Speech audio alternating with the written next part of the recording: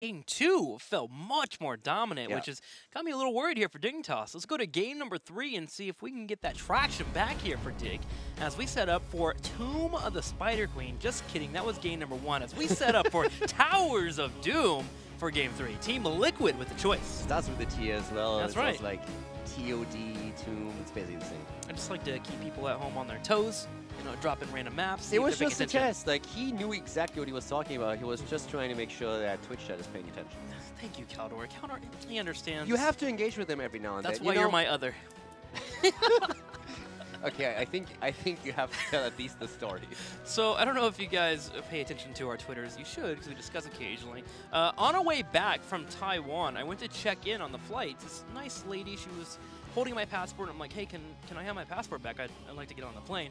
And she's like, oh, no, I have to check in your other first. And I was like, my other? And she goes, Coming. Thomas Killian? And I turn around and look at Caldor, and he's just beaming. I'm going, you're my other. And he's like, coming. And he like skips in front of a couple of that people. part is not true. That's what happened. He like put a little skip in him. He came over and he was like, all right. And he just puts his elbow down right in front of her and gets checked in. And ever since my other then, now. Tim's girlfriend feels a little bit more threatened by me. But as apparently, you should. Blizzard checked us in as a couple. Pretty hilarious. I don't know if they save money on that or if they're playing a cruel joke. Regardless, I don't know. I don't know the answer at all. Yeah, we're getting a little bit too close lately. I have to say that was Had steak was an dinner one interest- night, yeah. flights together. What's going the on, man? Titanic picture alone is. Back when the meme god. So if you guys don't know the Titanic picture, first of all, you missed out. Second of all, I'm not gonna tell you where to find it. It's not like they have the internet at their disposal, Caldor. They don't. You look like they're savages, like going to a PC to get online and to pay like $30 an hour. They can't Google or something. Medivh first pick coming in from Dignitas. Okay, when I actually pull a joke, you don't laugh. Then I say something that is absolutely not funny, and you make this big thing out of it. That's life, man. Some things are bigger in life. Okay. Getting deep and philosophical here at the HGC. Medivh, first pick for Dignitas. So basically immediately saying, you know what, Liquid and no chance lands. This is not happening this time. And Medivh was actually banned out in the first series and then immediately snap picked by Team Liquid in the second. So you can see the high priority that Medivh is currently getting. The previous series had it as a dominant pick on the side of the Zealots. Diamondskin pretty much not respecting it, but now this could be the game changer. But again, Stukov, Garrosh, so the priorities that we talked about earlier, they are still true in this setup. Garrosh becoming a huge strength here in the meta, it seems like. Being able to find those picks and get someone out of position has been instrumental for a lot of our teams when it comes to victory. And then having the ability to follow it up into a silence, deadly. And Team Liquid seems to have honed in on this. Yeah, and Garrosh can be really annoying on Towers of Doom in particular. Whenever you're fighting for one of the altars on your opponent's side, of course there's the potential that Garrosh just throws you into the bell tower. And Dignitas went to even ban out Garrosh on map number 2 because they struggled so much on Tomb of the Spider Queen against the play of Sport Billy. And now Team Liquid has access to the hero, to the frontliner again, because Dignitas was more worried about Abathar playing a role here. But this entire setup this series is just getting crazy. At this point I'm looking more towards Liquid than to Dignitas, and that thought process is really weird to me since Dignitas has been throughout the entire year of 2018 the team to watch out for, to see, okay, what do they do and how do the opponent react? But right now it's the exact opposite. It seems like Dignitas is the one reacting to what Liquid pulls off. All right, well, we get Sonya in here, so the lane bully coming in, and we'll be playing Matt, but we get the Chromie to help out against that Garrosh, but also great on this battleground for poking altars and trying to buy more time. And the more time you have, the more opportunities you have for Medivh to be effective, getting the effective portals in, or even dropping down that force of will that's instrumental for you to survive. So I like this pickup here for Dignitas, and it's also a bit of adjustment based on the drafting that we've seen so far, so they really are adjusting in game number 3. And talking about adjustments, with the rise of Medivh, that also means that you are more threatened by Diablo as a pick. For a long time, it was mainly Fnatic and Breeze who played the hero, and we've seen at the Western Clash, for example, Mobsio with the Zealots also starting to play a little bit more Diablo. But right now, with Medivh just being so dominant, all of a sudden that combo of Leyline Seal into Apocalypse becomes much more scary. And if you can keep Diablo alive longer, he also is way more threatening than he would be without Medivh. So that explains the ban that we see. and Genji now banned out by Dignitas as they want to take a bit of the pressure away that Chromie is of course going to experience if the heroes be picked up by Team Liquid. Chromie and Medivh. If Sonya goes in and requires a force of will and Genji identifies that, jumps in the back line, and can get a kill with a Dragon Blade, it's something that you have to really deal with. And if you don't have a support that can handle that Genji coming your way, like a Stukov and the massive shove, you will have a couple of kills go over to your opponent's favor. So I actually don't mind that Genji ban, despite his win rate not being as high as others. It makes a lot of sense here. Yeah, also when it comes to bans, I want to highlight one more. We could have seen a ban on Malfurion, considering that it's the go-to hero as a support for Dignitas. But if then Diablo is taken, you have still so many good supports that you can fall back to. Rhaegar and Uther, just to mention two of them. So it makes a lot of sense to actually let Malfurion go in this case. And now Dignitas can decide, do they still want to take Malfurion, or do they maybe want to approach this a little bit differently? But Malfurion is still a fantastic hero for them here. Malthael and Junkrat on the side of Liquid. So yeah, Eternal mixing it up here after his pretty spectacular play on Sonya on the last map. Now seeing Malthael on that top lane going up against her. For a team fight perspective, this is definitely going to make things interesting. I'm curious to see if we're going to get the Muradin here. Muradin and Sonya used to be an old duo that you would pull off pretty often, especially on a lot of battlegrounds, but I think it's great on this battleground in particular. You get Sonya being that front line. We saw how strong Muradin can be.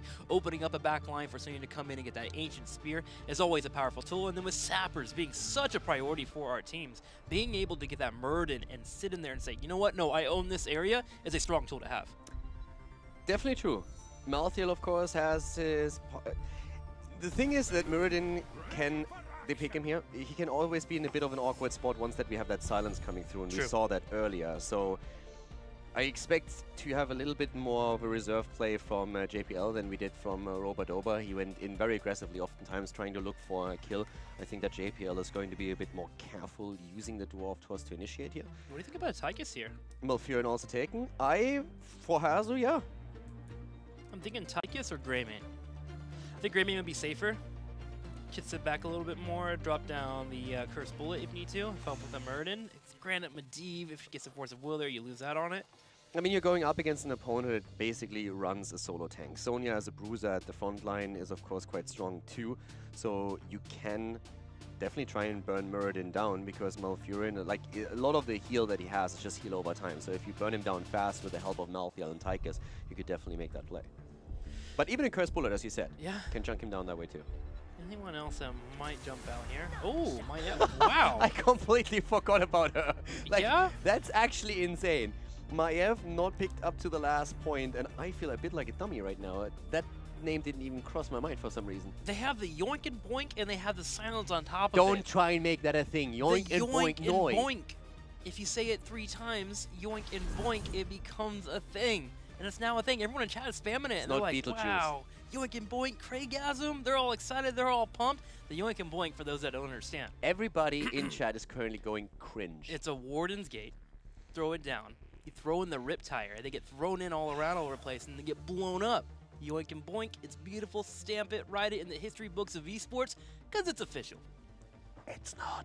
See, the problem is, people like to go against you because you think you're so right about things, and that's not a problem. It's not an issue. Don't worry about them. But they love to go against you, and you saying it's not right makes them happy to say now it's going to be a thing just to spite me. Exactly. You're about to get bodied sauce by the rest of the world. Body sauce because of boink and yoink? Yoink and boink. Jesus, get it right if you're going to hate on it. Like, you know, it's so dumb I can't even get it right. It's so That's amazing. how much I disrespect. Everyone likes it. Let us know on Twitter if you want to talk about it. Yoink and boink. Hashtag You already lost the milk carton battle. HGC. Drop in. Heroes Esports. Let us know. Milk carton actually sticks around. North America's doing it. Why can't we? Yeah. The good region. It's the one that you're casting. I'm not going to agree with that statement, because I think North America did well at the Western Clash, and it was great to see. I mean, they did better than before, that's true. It was exciting to watch. It was fun, man. I think the Western Clash was I great. liked it. Finally, you can go for actual banter without people getting salty, because all of a sudden both regions are winning. So that was people are already salty. BlizzCon 2015 is about to be brought up as a talking point again. So how many BlizzCons has Europe won?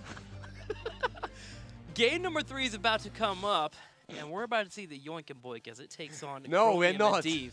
Who do you think has a better draft? I'm still trying to get rid of that yoink and boink in He my head. hates it so much. Oh yeah, we go I do. in chat and people are like, BlizzCon 2015. He gets so angry. It's so funny, About man. the BlizzCon 2015? About the BlizzCon 2015. It's No, first of all, no. Second of all, how did you deviate That's from what I no was point to that?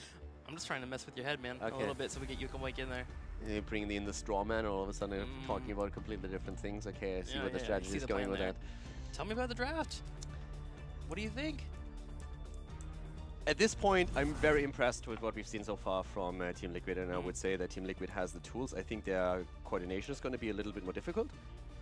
Dignitas has a lot of blow potential where they can snipe an individual target with the CC that they have with Malfurion, Muradin, and then into a Chromie combo. But I think Team Liquid has great arguments, and I think for Dignitas it's going to be rough considering how the series went.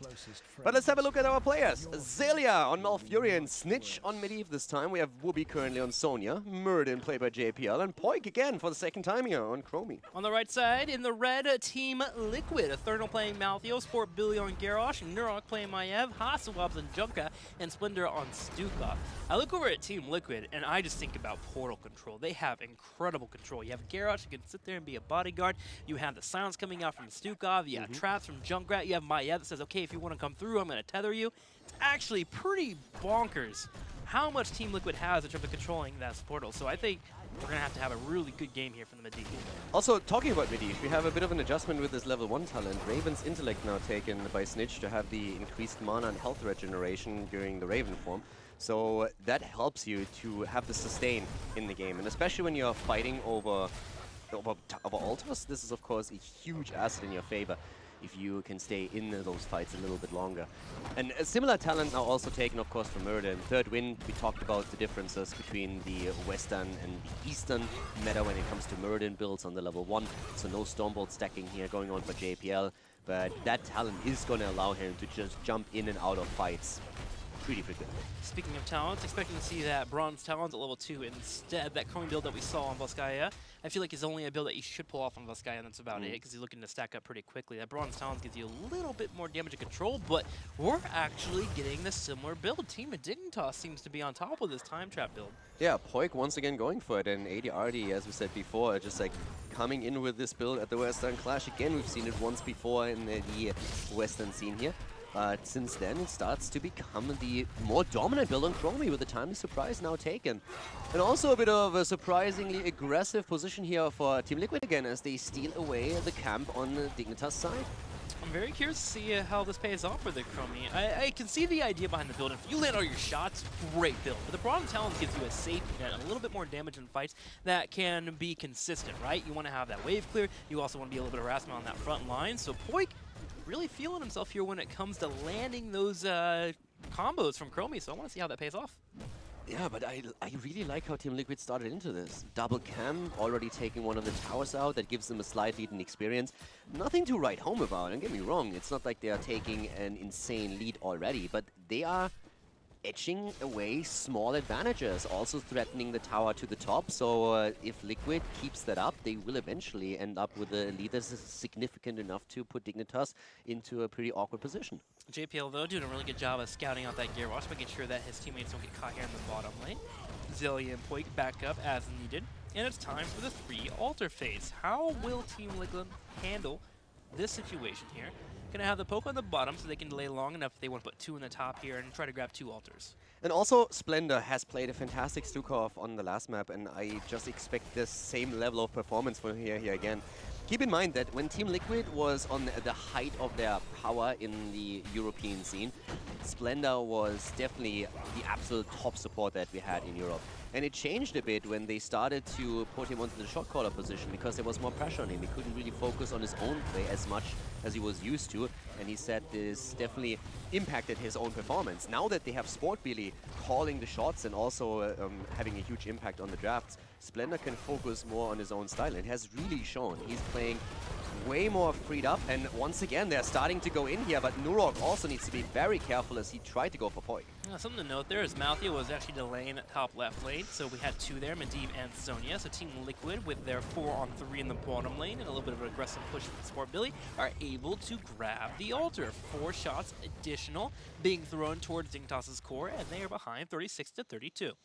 Level 7 also now taken faster for Liquid. And Liquid is the team. Oh, nice. There we go. And can they get the kill? They do. Medivh goes down. And we have the immediate reset on the talent. And of course, I'm going to talk a little bit longer so that Tim doesn't talk about his dumb combo. Oh, no, into the fray, that was amazing. He threw the Maiev into the engage, so that could save the escape for Maiev to be able to escape if she needs to. And also, he pulled him into the silence. Exactly. That was actually awesome. I really like the way that they are playing with displacement here. That was absolutely amazing. I really love that. And the one thing that I really like about this is it continues the trend that we've seen on map 1 and map 2, Liquid being aggressive.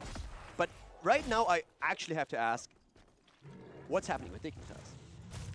I need to see that, like, that feisty team, you know, that, like, Poik, Zelia, like, cheeky as hell, sassy the entire time, going for the boss plays. And we haven't really seen that so far in the series. Liquid, of course, makes it very difficult since they are playing such a great game and such a great match.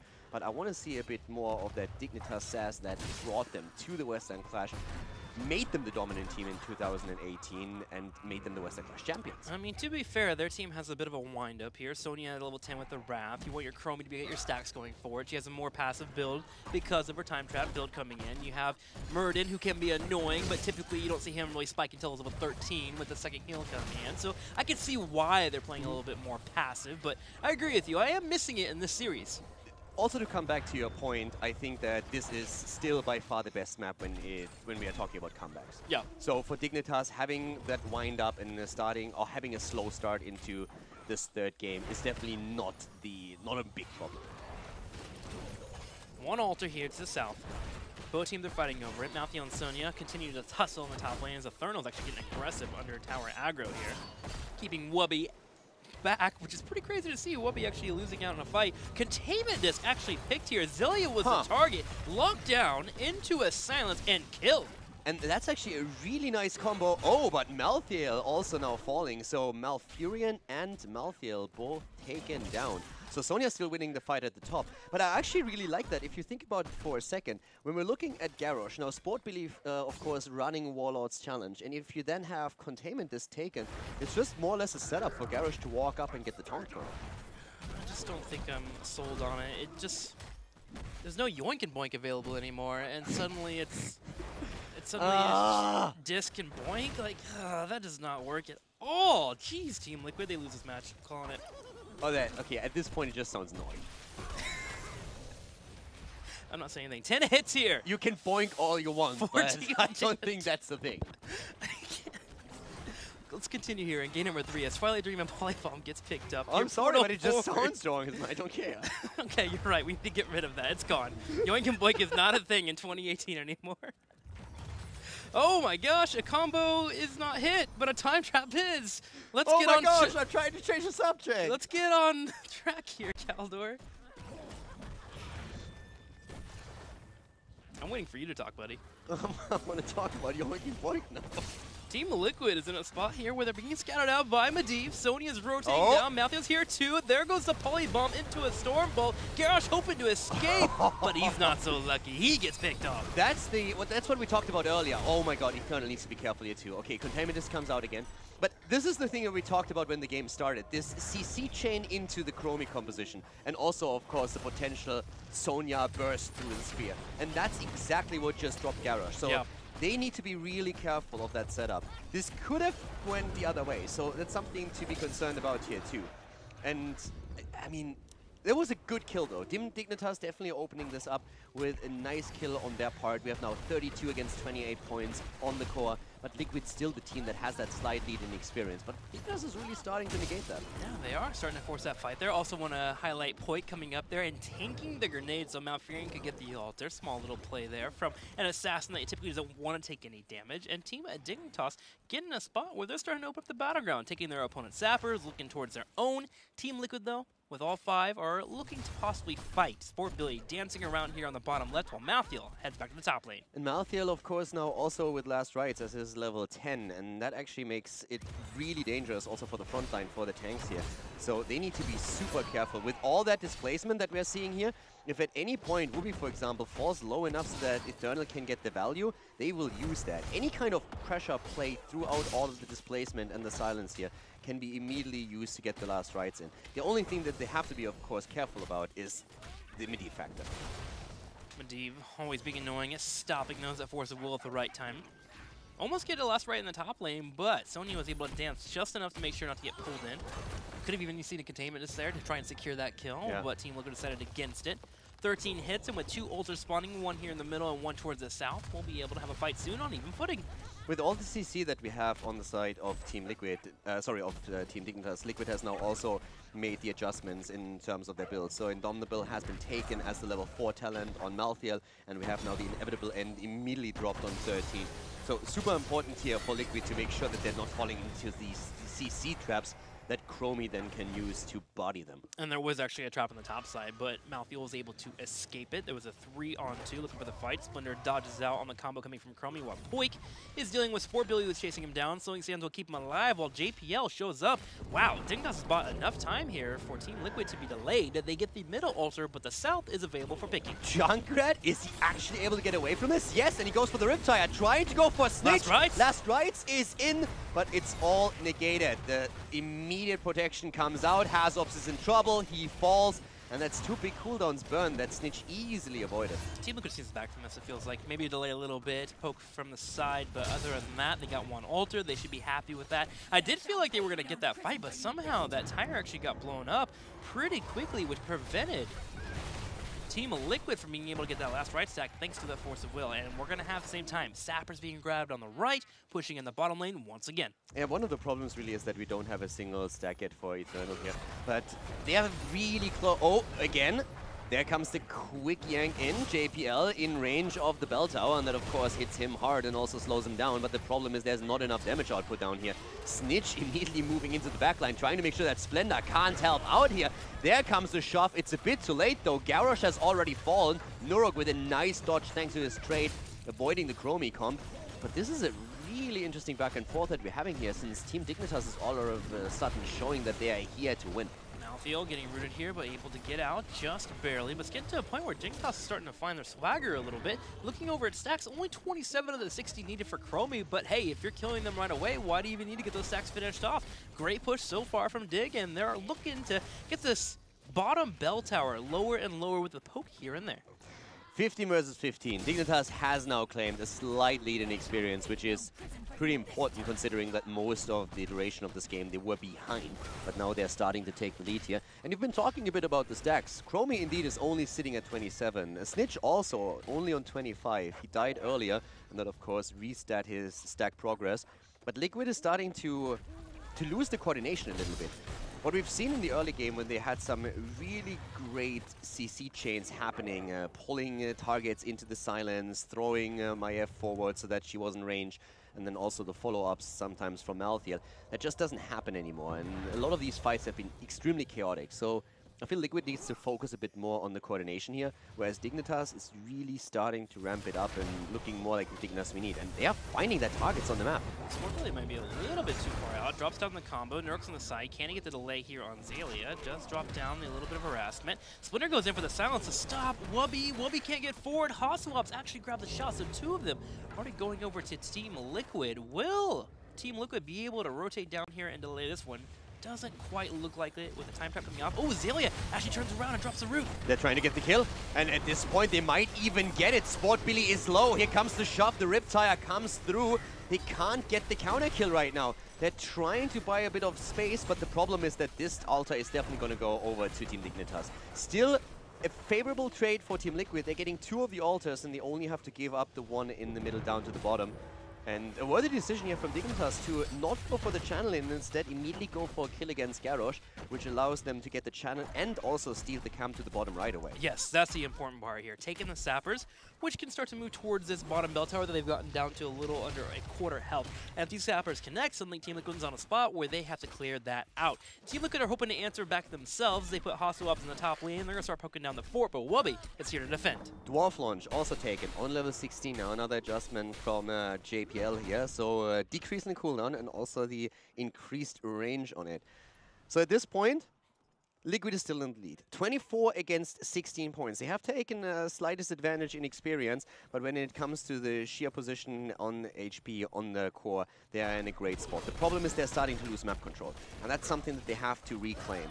Dignitas hasn't really used the opportunity to go for a boss play, but they're trying to defend the bottom bell tower, and so far they're doing well with this. There are tools that Liquid has to reclaim it, and the foremost is of course Junkrat trying to burst these waves away, wave flare, and then starting to make their way into the tower range. Exactly. Mountfield just the entire time to work on dealing with the double soak. Sonia already grabbing the sappers to the bottom left to try and push us in here as Team Dignitas defends his bottom lane, but Team Liquid the first part has already gotten that bell tower down to about half health. They poked it pretty darn well. With 2 altars, one on the top left and one on the top right, Dignitas at some point may have to back up here, which should give Team Liquid some room here to make a call on whether they want to go for the altars or just take the map back. And Billy is always threatening to get a quick throw in, and that's of course what he's currently aiming for. There's Snitch completing his quest talent on Medivh.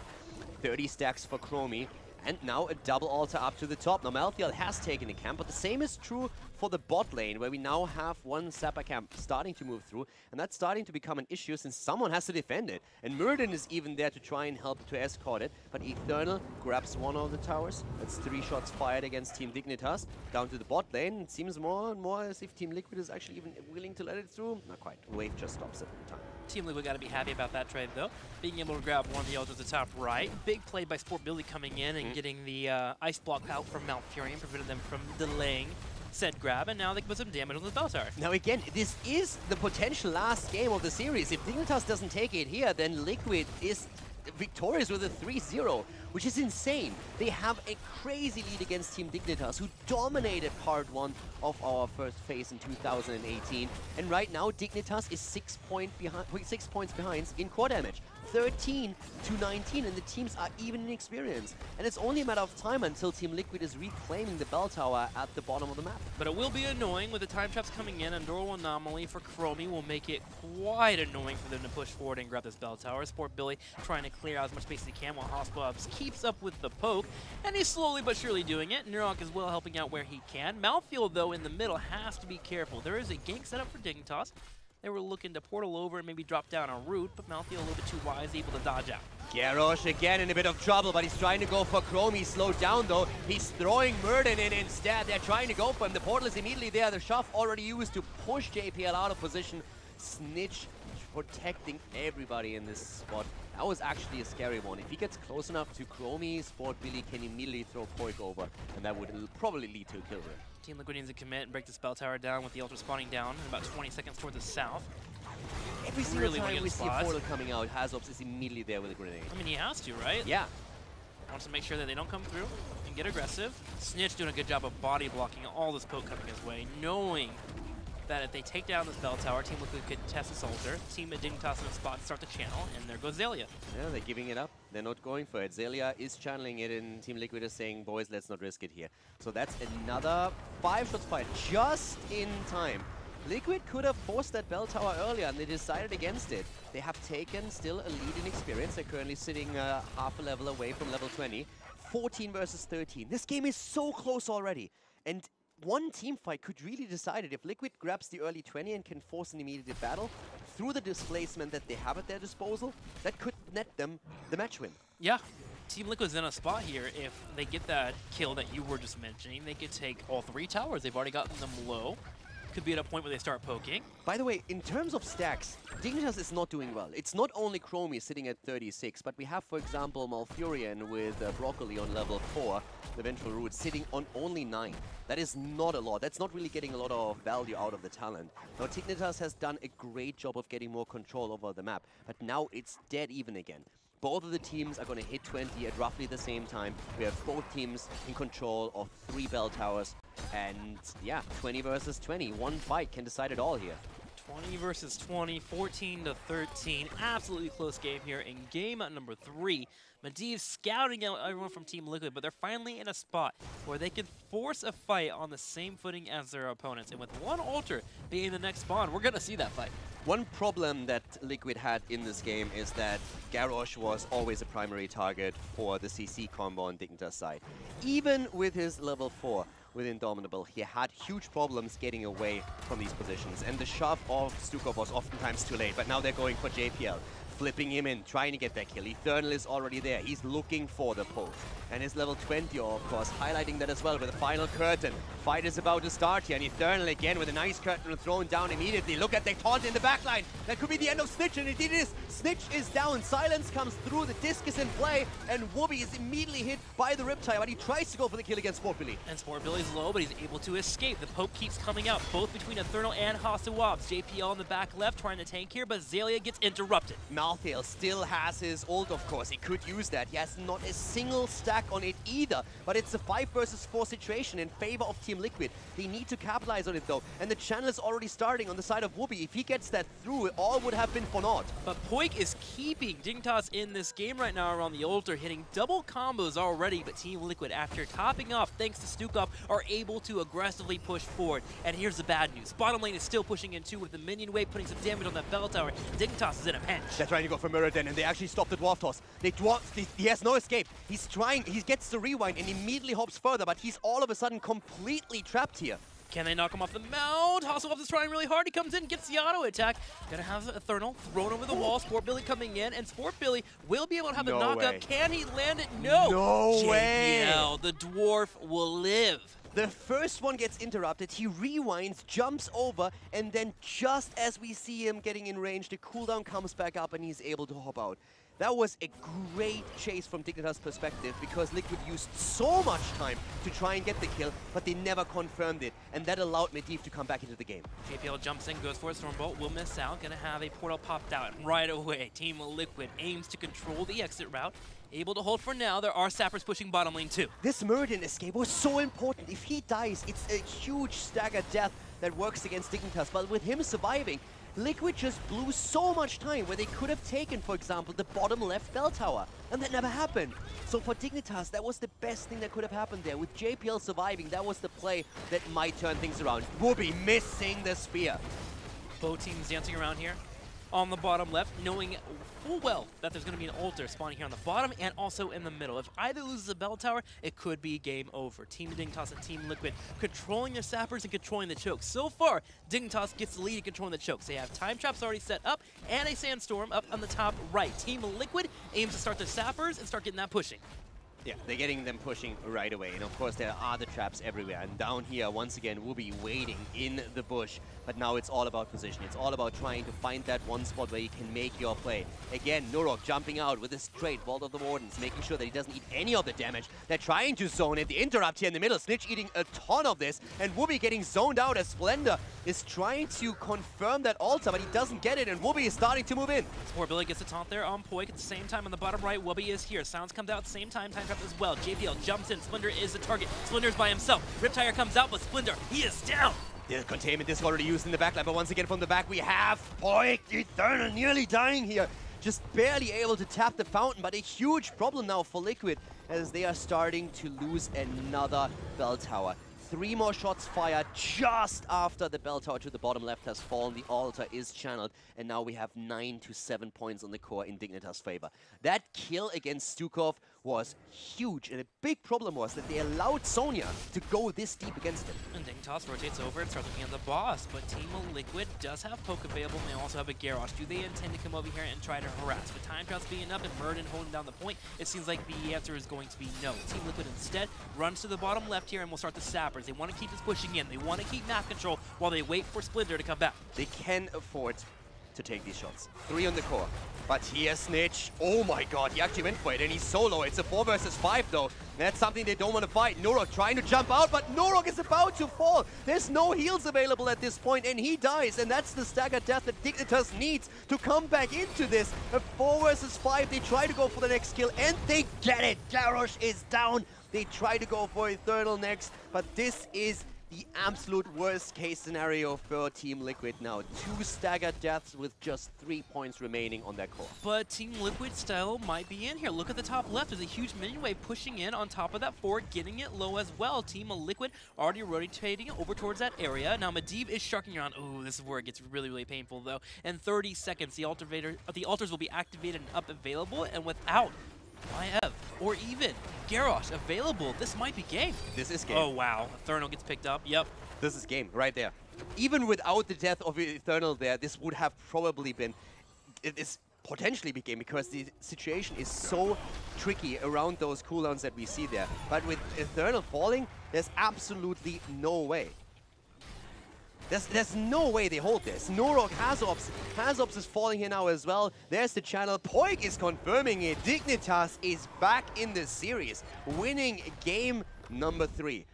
Bit of a wonky one. Yeah, especially that ending there. Yeah, but still, like, really impressive that Dignitas was able to get back in. But